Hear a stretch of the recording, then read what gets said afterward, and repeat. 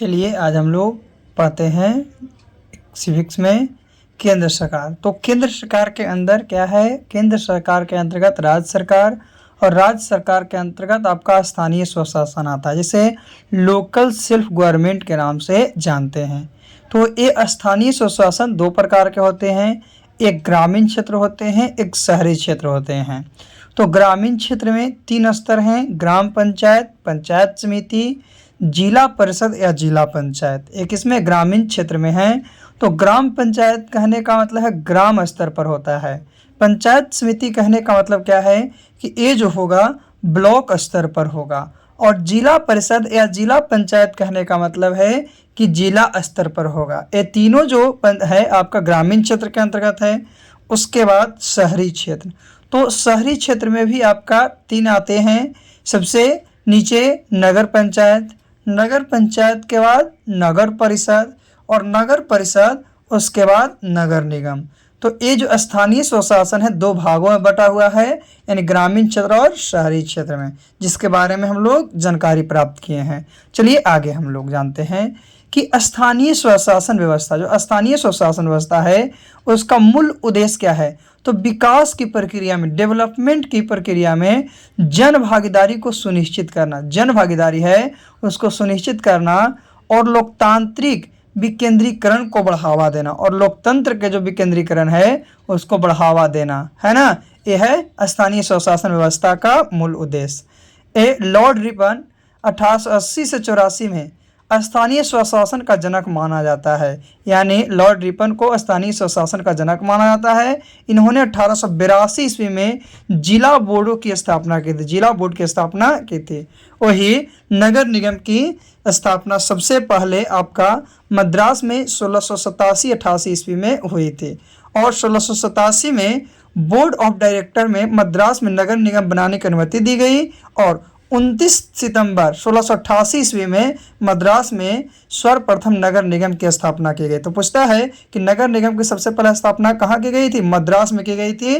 कब? 1688 ईस्वी में ये आपका नगर निगम की स्थापना की गई थी। चलिए इसके आगे हम लोग चलते हैं कि 1989 ईस्वी में राजीव गांधी के द्वारा 1989 ईस्वी में राजीव गांधी के द्वारा 65वां संविधान संशोधन विधेयक संसद में पेश किया गया था। कौन? लोकसभा में। किसमें? लोकसभा में। तो ही 74वें संविधान संशोधन अधिनियम थे उनका, उसमें किसमें था सरकार? तो पीवी नरसिम्हा राव की सरकार थी। किसकी? पीवी नरसिम्हा राव की सरकार थी। और दिसंबर 1992 में लोकसभा से पारित हुआ था। दिसंबर 1992 में क्या चीज़ है? लोकसभा से पारित हुआ। फिर दिसंबर 1992 में राज्यसभा से पारित हुआ, और वही 20 अप्रैल 1993 ईस्वी में राष्ट्रपति ने इस पर क्या किया? हस्ताक्षर कर दिया। वही 1 जून को, कितने को? 1 जून को और 1993 को, 1 जून और 1993 को ये पूरे के पूरे देश में क्या हो गया? लागू हो गया। तो 74वां जो संविधान संशोधन नियम है किसकी सरकार? तो पीवी नरसिम्हा राव की सरकार में। कौन से सभा? तो लोकसभा के अंतर्गत, है ना। और 1989 ईस्वी में राजीव गांधी के द्वारा 65वां संविधान संशोधन विधेयक में पेश किया गया था। चलिए इसके आगे, तो 74वां संविधान संशोधन है क्या? तो 74वां संविधान संशोधन नगर पालिका से संबंधित है। किससे? नगर पालिकाओं से संबंधित है। इसके द्वारा संविधान के भाग 9A में अनुच्छेद 243 से लेकर 243 ZG तक और 12वीं अनुसूची का प्रावधान किया गया, जिसमें कुल 18 विषयों पर विधि बनाने की शक्ति प्रदान की गई। कितना? 18 विषयों पर। वही स्थानीय स्वशासन में आपका ग्रामीण क्षेत्र और शहरी क्षेत्र। तो ग्रामीण क्षेत्र को पंचायती राज व्यवस्था और शहरी क्षेत्र को न्यायपालिका व्यवस्था। तो पंचायती राज व्यवस्था भी 73वां संविधान संशोधन, और नगर पालिका जो है 74वां संविधान संशोधन। ये अनुसूचित 11 में है पंचायती राज, तो नगर पालिका जो अनुसूचित 12 में है।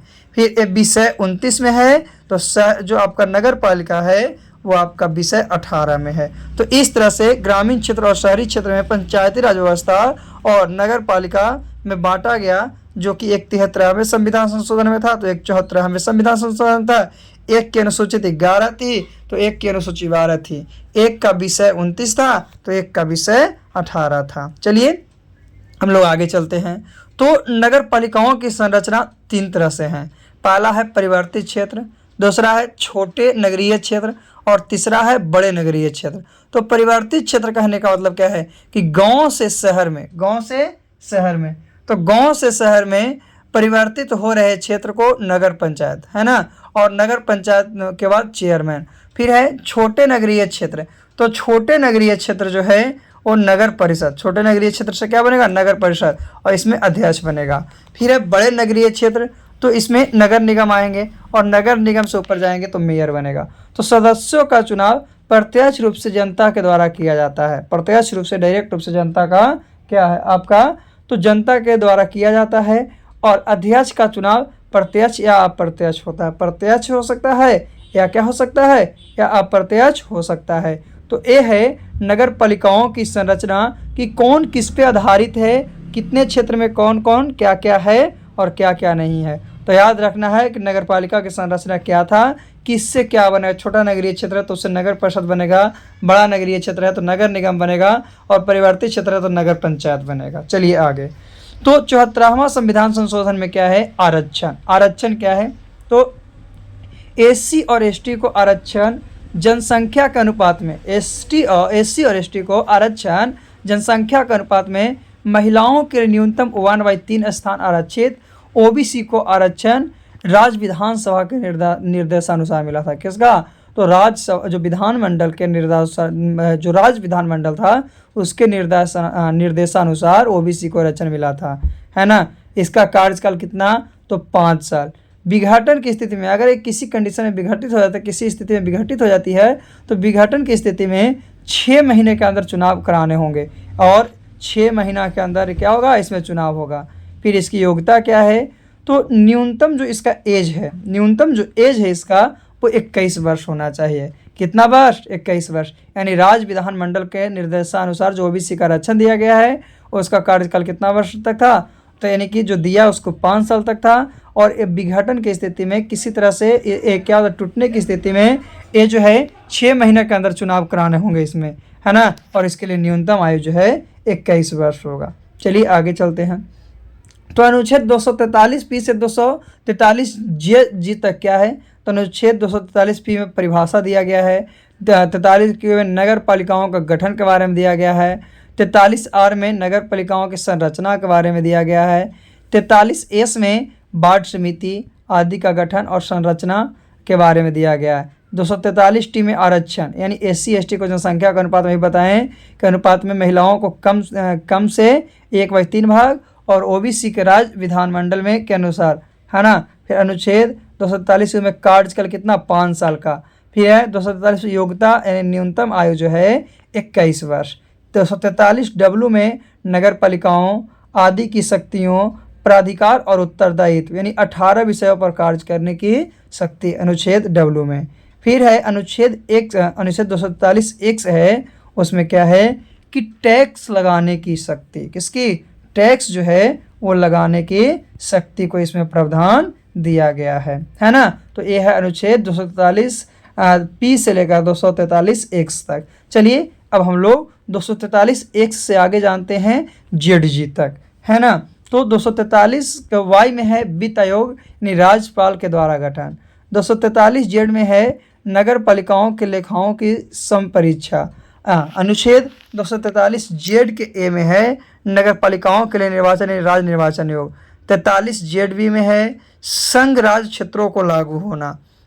243 जेड सी है, उसमें आपका है क्या है कि कुल क्षेत्रों में लागू ना होना। जेड जी में है जिला आयोग के लिए समिति। 243 जेड, यानी कि ये सब अनुच्छेद में दिया गया है। महानगर योजना के लिए समिति। फिर है विद्यमान यानी मौजूद जो है विद्यार्थियों और नगर पालिकाओं का बना रहना। फिर है निर्वाचन संबंधित मामलों में न्यायालयों के हस्तक्षेप का वर्जन। तो ये सब अनुच्छेद में दिया गया है। तो चलिए आज के लिए हम लोग इतना, फिर से हम लोग अगले वीडियो में मिलते हैं। तो ये था न्यायपालिका के कार्य, किसका, न्यायपालिका के कार्य। तो आज इतना ही, हम लोग फिर से अगले वीडियो में पुनः मिलते हैं कि क्या है और क्या नहीं है।